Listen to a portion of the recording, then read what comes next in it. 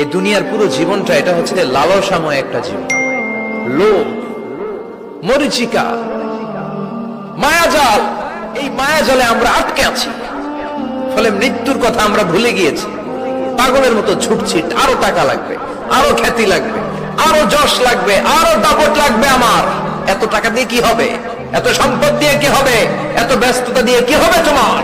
Stop, থামুন, অনেক হয়েছে। আম্মা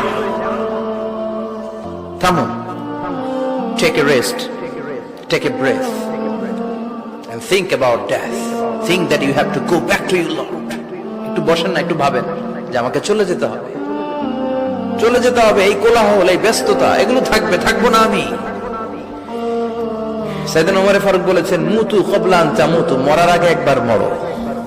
হাসিবু ক্বাবলা আন তুহাসাবু আলাইকুম, তোমার হিসাব নেওয়ার আগে তুমি একবার নিজের হিসাবটা করো না। কাগজ বের করে একটু লিখো না, কি কি ভালো কাজ করছিলা, যেগুলো দিয়ে নাজাতের ওসিলা হতে পারে।